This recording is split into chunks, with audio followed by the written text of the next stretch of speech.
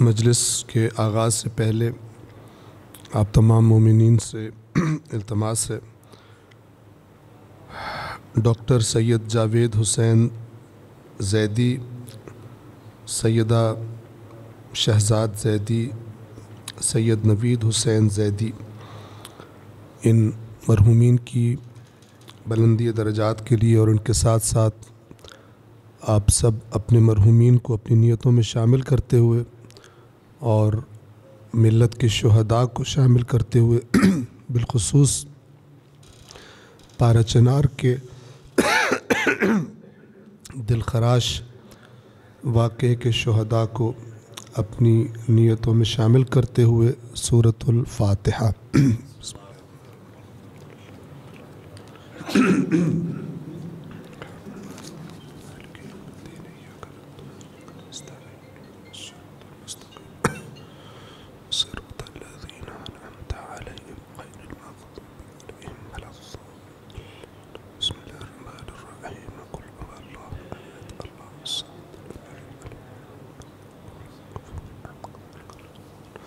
پر محمد و آل محمد صلوات۔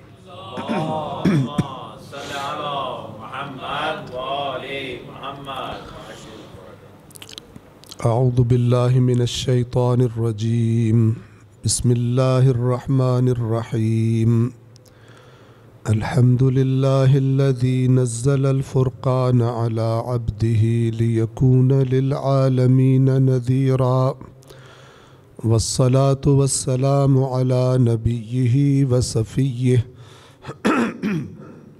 الذي أرسله شاهدا ومبشرا ونذيرا وداعيا إلى الله بإذنه وسراجا منيرا، وعلى أهل بيته الذين أذهب الله عنهم الرجس وطهرهم تطهيرا۔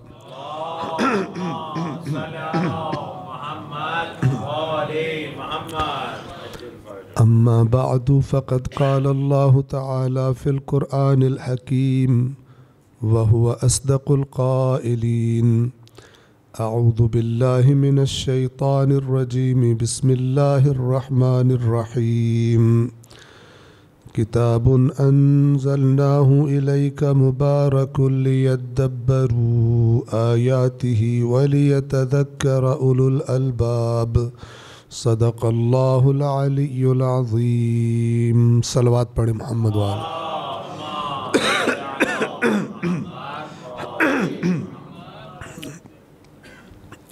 آپ مومنین کے سامنے قرآن کریم سورہ صاد آیت نمبر 29 تلاوت کی ہے۔ آج کی اس مجلس میں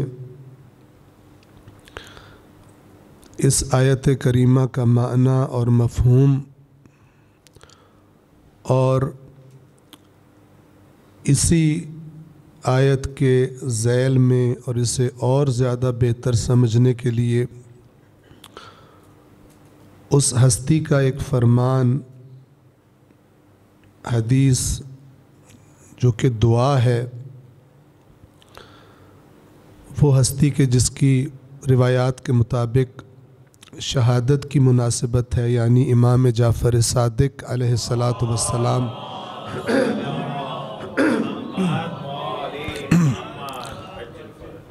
تو یہ آپ کی خدمت میں آج کی اس مجلس میں بیان کرنے کی انشاءاللہ کوشش کی جائے گی۔ اللہ تعالیٰ سے دعا ہے کہ اسے میرے لیے بھی اور آپ کے لیے بھی دنیا و آخرت کے لیے مفید قرار دے، اور اس اللہ کے ذکر کا، ان آیات کا، اس حدیث کا ثواب اللہ تبارک و تعالی ان مرحومین کی ارواح کو ایصال فرمائے۔ سورہ صاد کی آیت نمبر 29، اس کا ترجمہ اس طرح سے ہے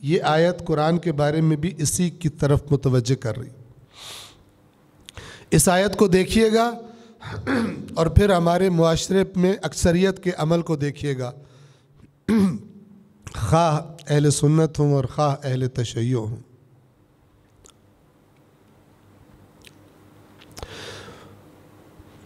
ہم برکت سے، یعنی اس آیت نے یہاں تک جہاں تک ہم نے پڑھی ہمیں پتہ چل گیا کہ جو کتاب اللہ نے اپنے رسول پر نازل فرمائی ہے یعنی قرآن، یہ بابرکت کتاب ہے.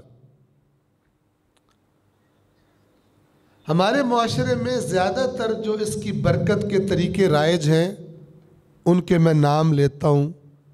ان میں سے ایک سب سے آسان طریقہ یہ ہے کہ جہاں قرآن نظر آئے اسے اٹھا کے چوم لیا جائے، اس سے برکت ہوگی. قرآن کی فلان صورت پڑھی جائے، اس سے تنخواہ میں اضافہ ہو جائے گا یا کاروبار میں زیادہ منافع ہو جائے گا، برکت ہو جائے گی.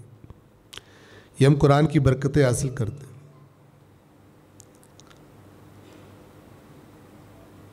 کسی کام کے لیے گھر سے جا رہے ہیں، قرآن پکڑ کر کھڑے ہو جاؤ، بیگم صاحبہ پکڑ کے کھڑی ہو گئی، شوہر صاحب اس کے نیچے سے گزرے تاکہ کام میں برکت ہو جائے،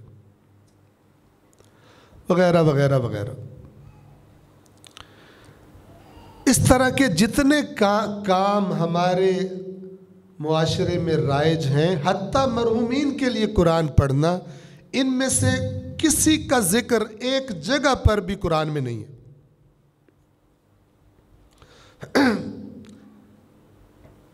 یہ میں اس لیے نہیں کہہ رہا کہ یہ کام غلط ہے نہ کریں، اس لیے نہیں کہہ رہا، لیکن کسی اور نقطے کی طرف توجہ کروانا چاہ رہا ہوں. اور وہ نقطہ یہ ہے کہ جو کام قرآن مجید سے مربوط ہمارے ذہنوں میں موجود ہیں، ان میں سے ایک بھی ایسا نہیں ہے جس کا قرآن میں کہا گیا ہو کہ یہ کرو. اور قرآن کے بارے میں ایک ہی کام ہے جس کا قرآن نے بار بار زور دے کر تاکید فرمائی ہے، اور وہی ایک کام ہے جو ہم نہیں کرتے. اس کی طرف توجہ کروانا چاہ رہا ہوں. اگر جو میں کہہ رہا ہوں وہ سچ ہے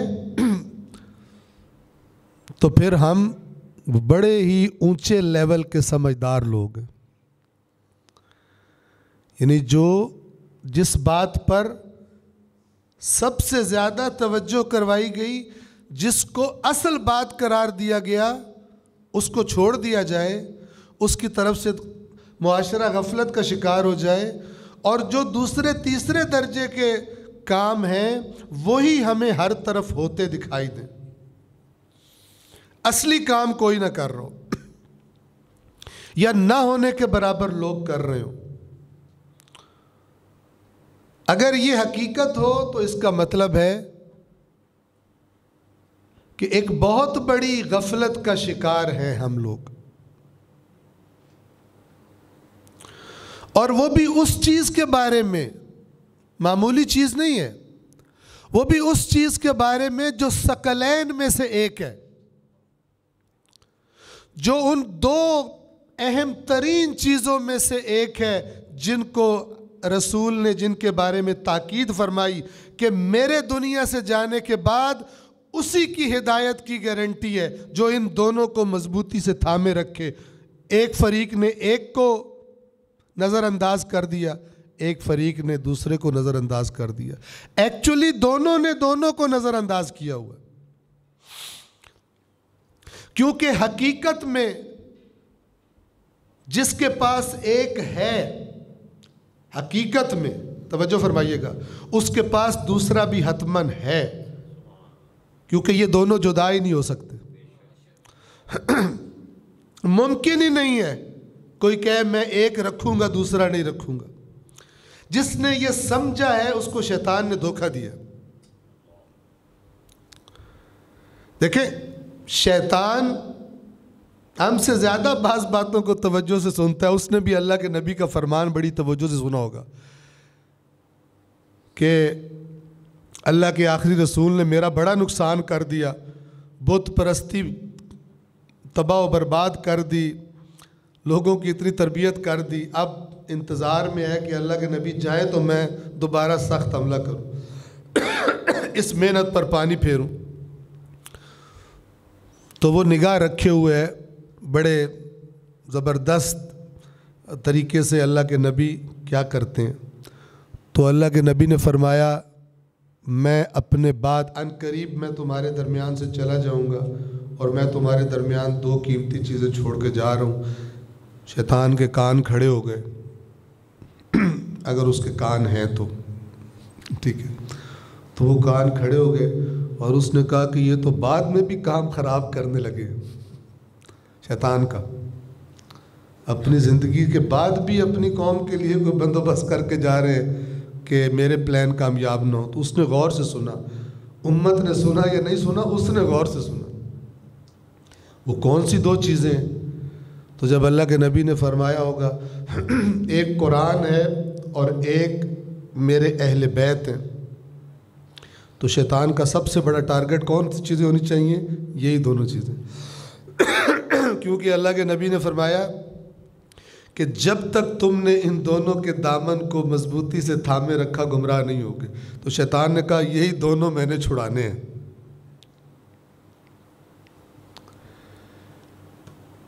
دونوں چھڑا دوں یا کم از کم ایک چھڑا دوں، تب بھی دونوں گئے، جس سے ایک چھوٹا اس سے دوسرا بھی چھوٹ گیا۔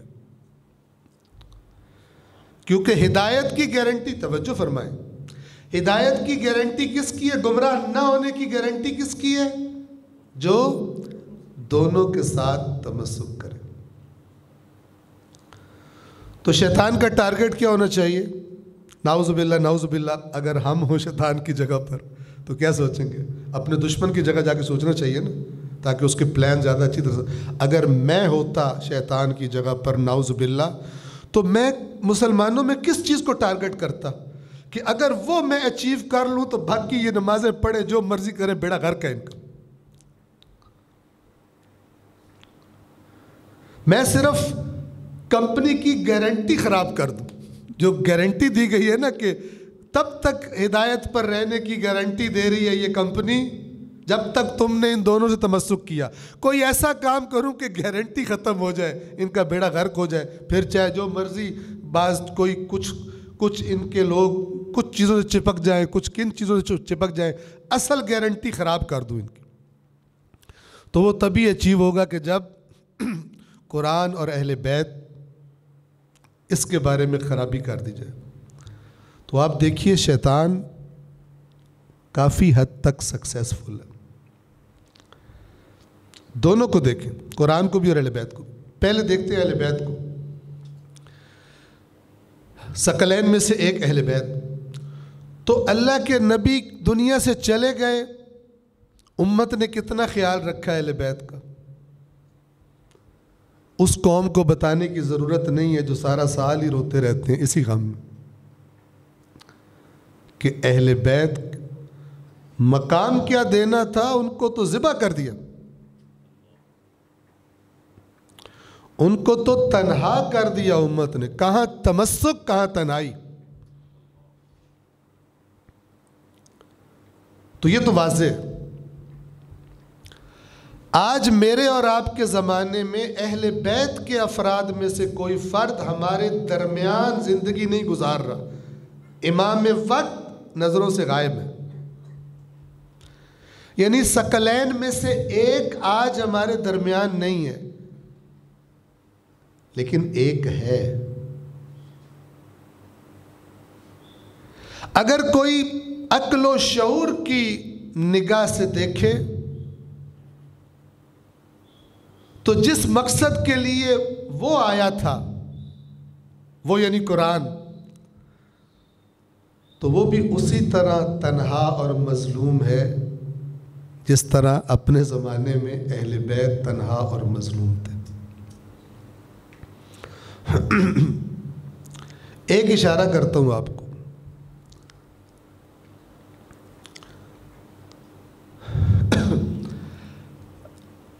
اگر کوئی مسلمان پیدائشی مسلمان ہو لیکن پریکٹسنگ مسلمان نہ ہو. ایک ٹرم بنی ہوئی ہے جی مسلمان تو ہیں ہم لیکن کوئی خاص پریکٹسنگ نہیں ہے. سبحان اللہ. تو اگر کوئی نان پریکٹسنگ مسلمان شیعہ ہو یا سنی ہو اچانک اللہ کوئی اس کے دل میں کسی اچھی محفل میں کسی اچھی بات سن کر اس کے دل میں سپارک ہو اور اس کا دل کرے کہ یار میں ذرا اپنے دین کو سمجھوں، دین کو سمجھوں، وہ جائے کسی اپنے مسلک کے عالم کے پاس اور اس سے کہے کہ میں دین سمجھنا چاہتا ہوں تو مجھے کچھ کتابیں ریکمینڈ کیجیے. تو اس کو کتاب بتائی جائے گی، کتابیں بتائی جائیں گی، لیکن اللہ جانتا ہے ان کتابوں میں قرآن نہیں ہوگا.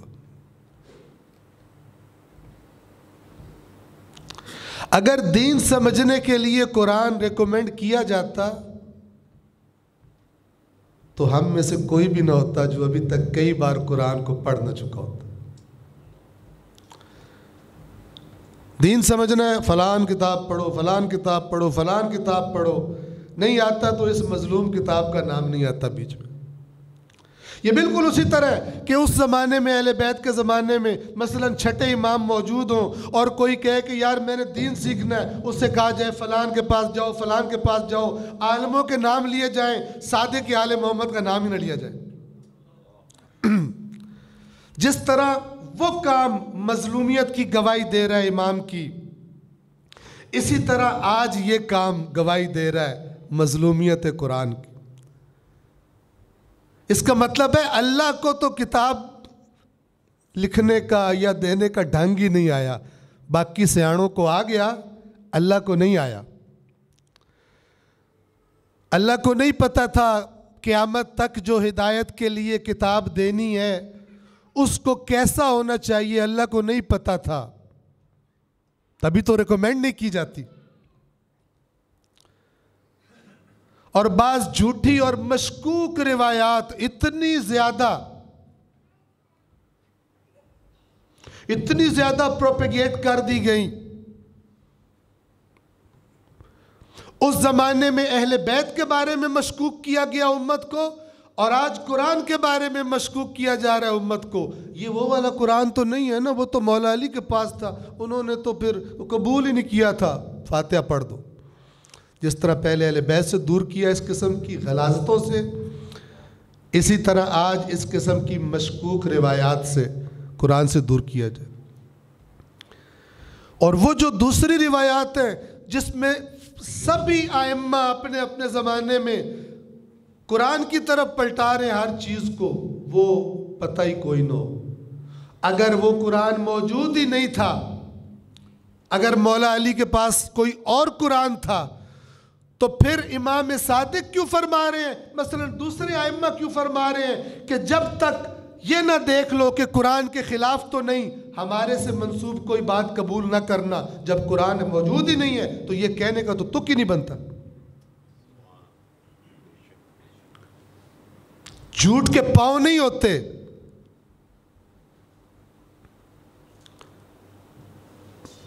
میں آپ کی خدمت میں ایک بات عرض کروں، اللہ نے قرآن کی حفاظت کا ذمہ اٹھایا ہے.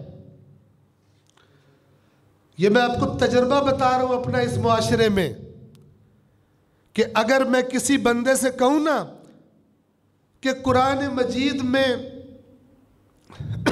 تحریف ہوئی ہے، قرآن مجید میں کچھ مسئلہ مسائل ہے، یہ وہ والا قرآن نہیں ہے، تو سننے والا بڑے آرام سے سن لے گا، مشکوک ہو جائے گا.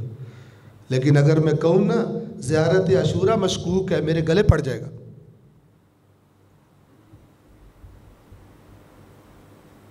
توجہ فرما رہے ہیں؟ اگر میں کہوں دعائے توسل مشکوک ہے، گلے پڑ جائے گا. میں کہوں قرآن یہ والا مشکوک ہے، گلے نہیں پڑے گا.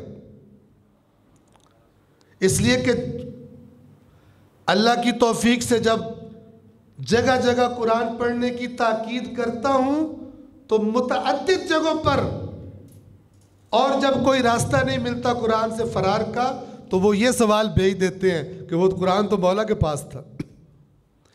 یعنی قرآن کو مشکوک بنایا جائے کوئی مسئلہ نہیں، دین کی جڑ پہ وار کر دیا جائے، ثقلین میں سے ایک کو سائیڈ پہ کر دیا جائے، اس سے پرابلم نہیں ہو رہا. لیکن کوئی دعا، کوئی زیارت، اس کے بارے میں شک کرے، اس کے گلے پڑ جاؤ. جبکہ سب سے زیادہ مضبوط اور تواتر کے ساتھ جو ہمارے پاس موجود ہے وہ قرآن ہے. کوئی چیز قرآن کے لیول کو پہنچتی نہیں ہے. یہ مزاج کیوں ہے؟ میں تو وہ کہہ رہا ہوں جو میں کئی دفعہ ایکسپیرینس کر چکا ہوں، تجربہ کر چکا ہوں. صلوات پڑھیں محمد وآل محمد.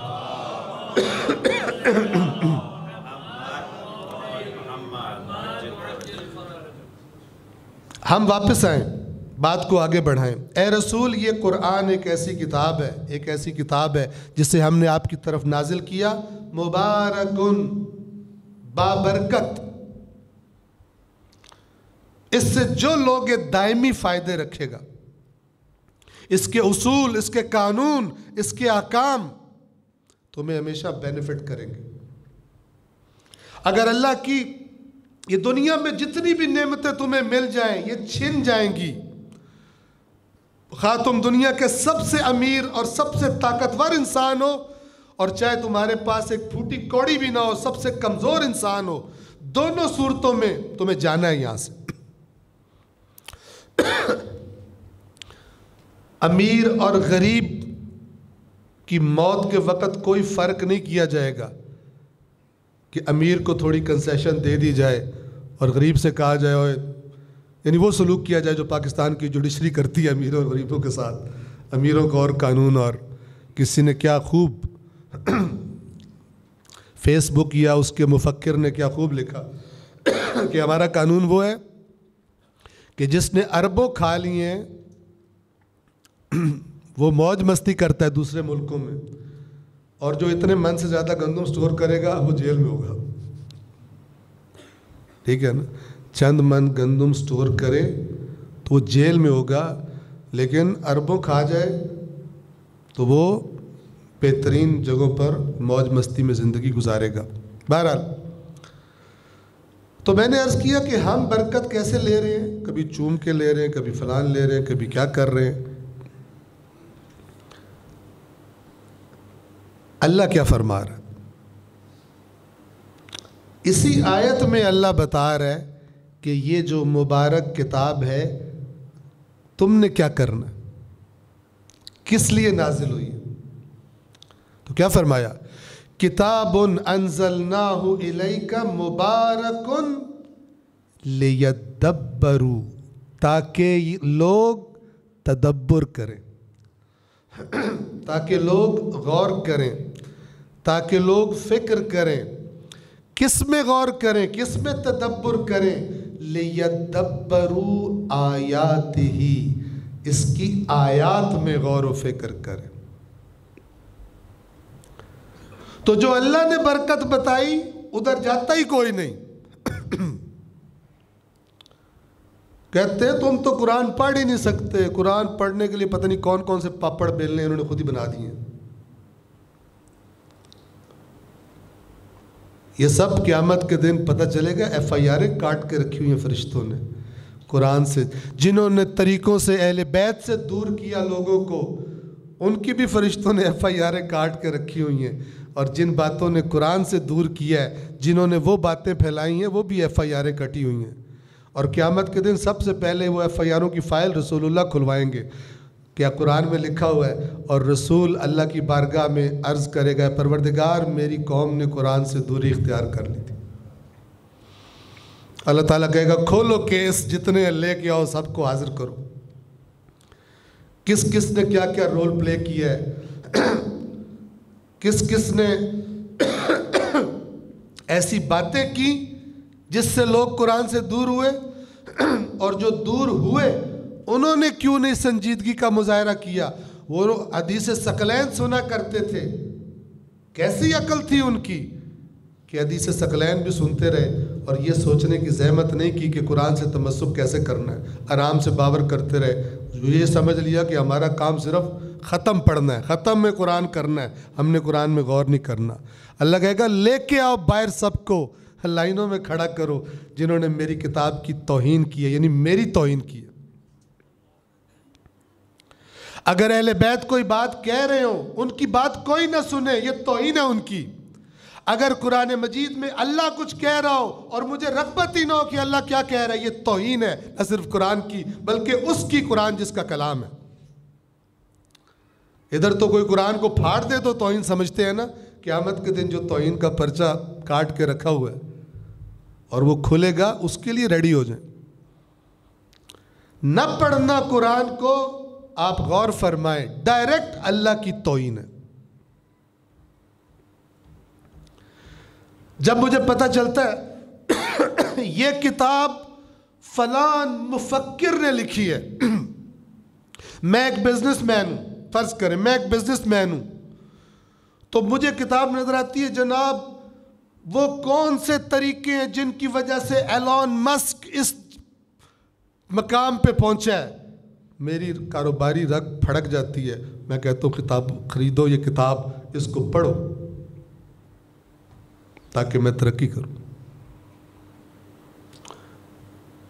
تو جنہوں نے بھی دنیاوی فوائد کے لیے کسی شعبے کے ماہر کی کتاب کو امپورٹنس دی اور بڑے خریدا اور بڑا پڑھا اور اس پر عمل کیا، اللہ یاد کرائے گا، اللہ کہے گا ایک میں ہی کم پڑھتا جس کی کتاب تمہیں کسی مفکر کی کتاب کی طرح امپورٹنٹ نہیں لگتی تھی، جس کے اندر بتائے گئے کام اور ان کے نتیجے میں ملنے والے فائدے وہ تمہیں اتنے امپورٹنٹ نہیں لگتے تھے کہ تم نے پتہ نہیں کس کس کتاب پر اپنا سر کھپایا، لیکن لفٹ نہیں کرائی تو میری کتاب کو نہیں کرائی۔ اور اگر کبھی پڑھا بھی تو ایسے پڑھا، میں نے تمہیں انسان بنایا تھا، تم نے ایسے پڑھا جیسے طوطے پڑھتے ہیں، جس کو پتہ ہی کوئی نہیں ہوتا میرے منہ سے کیا نکل رہا ہے، ایویں ہی کہہ رہا ہوتا ہے میاں میٹھو چوری کھانی ہے۔ تم بھی ایسے قرآن پڑھتے رہے۔ بلکہ میں یوں کہا کرتا ہوں، آپ نے سنا ہوگا نا، بعض لوگ آتے ہیں مولانا صاحب کسی نے جادو کر دیا، بندش کر دی ہے، اچھا بھلا کاروبار تھا رک گیا ہے۔ تو اسی کو ذہن میں رکھتے ہوئے میری بات سنیں، میں یوں کہا کرتا ہوں کہ ہم پہ شیطان نے جادو کر دی ہے، بندش کر دی ہے ہمارے اور قرآن کے درمیان۔ دنیا کی ہر کتاب کھولتے ہیں، جو بھی کھولتے ہیں اس کو جاننا چاہتے ہیں اندر کیا لکھا ہوا ہے۔ اس کتاب پہ ایسا جادو ہوا ہے کہ اس کو کھولنے کے بعد دل ہی نہیں کرتا کہ دیکھیں اس میں کیا لکھا ہوا۔ ہمارے جب ہم چھوٹے ہوتے تھے، ایک اصل لفظ تو الف لیلہ ہے لیکن الف لیلہ ایک پروگرام لگا کرتا تھا بچوں کے لیے، اس میں جادوگر ہوتے تھے، وہ جادوگر پڑھ کے پھونکتا تھا تو بندہ جو ہے نا وہ کبھی گدھا بن جاتا، کبھی کو بندہ کوئی اور جانور بن جاتا۔ تو شیطان نے ہم پہ ایک جادو کر دیا، ہم بالکل فٹ رہتے ہیں دنیا کے معاملات میں، جو اگر ہم نے کوئی کتاب کھولنی ہے اس کو پڑھتے ہیں، اخبار کھولنی ہے پڑھتے ہیں، فیس بک میں کچھ آئے اسے پڑھتے ہیں، واٹس ایپ میں کچھ لکھا ہے پڑھتے ہیں، جیسے ہی قرآن کھولتے ہیں ہم طوطا بن جاتے ہیں، انسان سے ہم کسی اور حالت میں چلے جاتے ہیں، اپنی عقل کو سوئچ آف کر دیتے، اور بالکل رغبت نہیں ہوتی کہ جو پڑھ رہے ہیں اس میں کیا ہے۔ جبکہ خالق کیا فرما رہا ہے، اے رسول اس بابرکت کتاب کو ہم نے اس لیے نازل کیا ہے آپ کی طرف تاکہ لوگ اس کی آیات میں تدبر کریں۔ یہ توہین کا پرچہ کٹے گا قیامت کے دن، اور مجرمانہ غفلت کا پرچہ کٹے گا۔ اگر ہسپتال میں کسی نرس کسی ڈاکٹر کی غفلت سے بندے کا نقصان ہو جائے، اس پہ کیس کرمنل کیس بن جاتا ہے، اسے کہتے ہیں مجرمانہ غفلت۔ تو اسلام کی امپورٹنٹ ترین چیزوں میں سے ایک قرآن ہے، اس کے بارے میں مجرمانہ غفلت، اس کے بارے میں بالکل غیر عاقلانہ رویہ، ہمیں اس کو فیس کرنا ہے قیامت کے دن،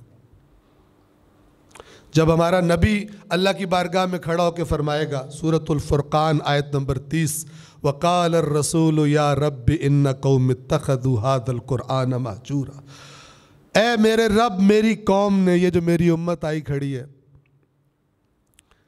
قوالیاں سن سن کے میری شفاعت ایکسپیکٹ کر رہی تھی، یہ میری شکایت درج کریں ان کے حق میں، انہوں نے قرآن سے دوری اختیار کر لی تھی۔ یہ قرآن میں لکھا ہوا، اور اس سے پچھلی آیت میں پوری تصویر بیان کی گئی ہے کہ اس دن کچھ لوگ اپنے ہاتھوں پہ کاٹ رہے ہوں گے پچھتاوے کی شدت سے۔ آپ تصور کر سکتے ہیں کہ انسان کی کیا کیفیت ہوتی ہے جب وہ بے بسی اور پچھتاوے کے مارے اپنے ہاتھوں پہ کاٹنا شروع کر دے۔ کیا چیز اس کے ہاتھ سے نکل گئی ہو، اتنا اس کو شدت سے پچھتاوا ہو کہ اپنے ہاتھوں پہ کاٹے۔ تو اللہ نے بیان کیا ہے، کہے گا کہ ذکر میرے پاس آیا تھا پھر بھی میں نے اس سے استفادہ نہیں کیا۔ اسی قرآن کے بارے میں۔ اس کے باوجود امت کی اکثریت اس قرآن کو سمجھ کے پڑھنے کی رغبت ہی نہیں رکھتے، کیونکہ ان کو جنہوں نے دین بتایا ہے ایسے ہی بتایا ہے۔ اگر مجھے بچپن سے بتایا جائے ایک دیگ تجھے جنت میں لے جا سکتی ہے تو میں تو بریانی اور مٹن کی دیگیں پکا پکا کے تھک جاؤں گا، لیکن مجھے یہ تو بتایا گیا دیگ کا ثواب اتنا ہے، مجھے نہیں بتایا گیا تو نے قرآن میں